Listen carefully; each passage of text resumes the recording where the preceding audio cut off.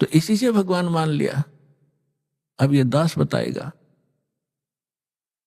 अपन आत्माओं वैसे थोड़ी सी जो शिक्षाएं हैं, क्योंकि जो हम पहले ज्ञान सुना करते थे वो ज्ञान समझ लो प्राइमरी स्तर का था।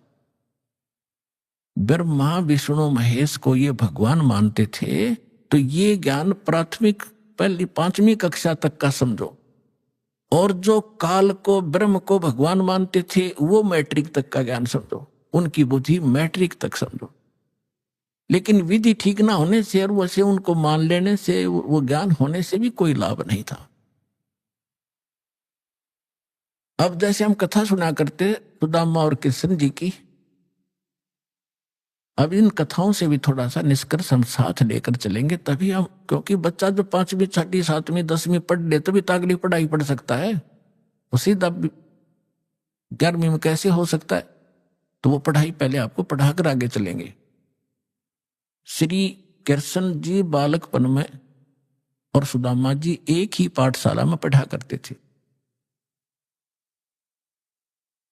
और सुदामा ब्राह्मण थे,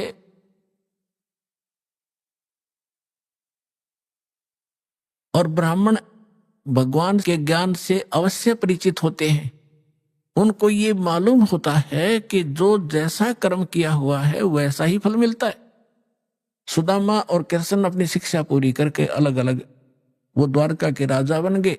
वो अपना एक ब्राह्मण, गरीब निर्धन ब्राह्मण था, 3-4 बालक थे, निर्वाह बिल्कुल नहीं चल रहा था, कई बार तो भूखे रह जाते थे, बच्चे भी रोया करते थे रोटियों को। अब सुदामा गणा निर्धन था।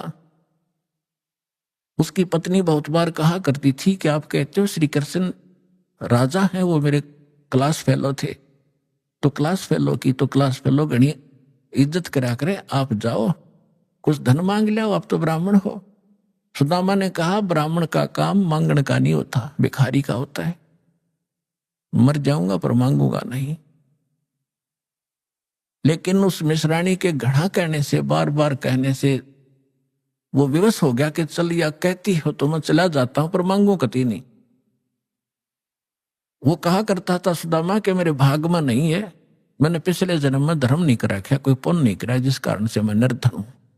अगर मैंने दान किया होता मैं निर्धन नहीं होता, और आज मुझे ज्ञान है तो मेरे पास धन नहीं, मैं तो दान कर दूं।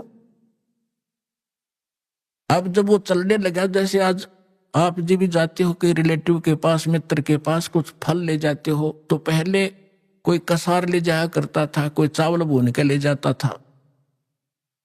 तो ऐसे वो कुछ चावल बांध दिए अगले, और तो हमारे